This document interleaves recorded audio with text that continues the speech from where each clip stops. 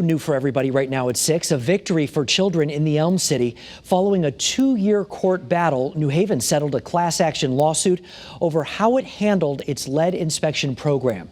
Channel 3 New Haven Bureau Chief Matt McFarland is live right now to explain more about what this means tonight. Matt. Well, hi there, Mark. Well, this is important because lead poisoning can cause brain damage in young children. And the attorney representing a number of families said that the city of New Haven wasn't following the standards put in place for its own lead program. And now with this settlement, they're going to be held to it.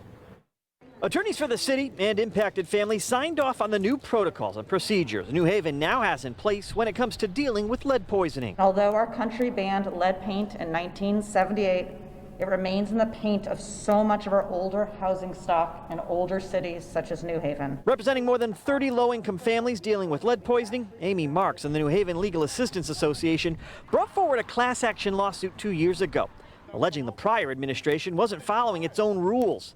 And that's a problem because lead chips and dust getting into the mouths of kids can result in brain damage. It is so important that our community understands that the negative impacts and long-term permanent impacts of lead on young children is something that we can avoid if we work hard. The settlement evaluated and rebuilt the city's lead inspection and enforcement program, including making sure the city was flagging children for exposure when their blood test shows 5 milligrams per deciliter and not the 20 as required by state law. Timeframes is probably the biggest thing.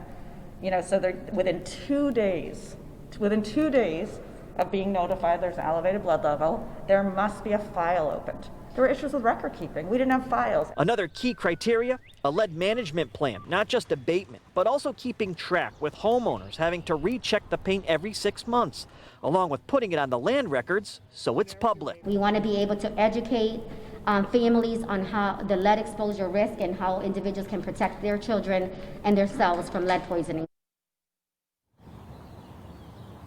Now the city says it's closed nearly 240 lead cases in the past 2 years, but there's still a lot of work to do. They say they still have 158 that are currently open. As for what the city's doing, they're using more than $5.5 million in federal funding to increase outreach, education services. We're told they went from 2 lead inspectors to 6, and that the city says they're also going to be hiring a healthy homes inspector as well. We're live with the mobile newsroom in New Haven. Matt McFarland, Channel 3 Eyewitness News.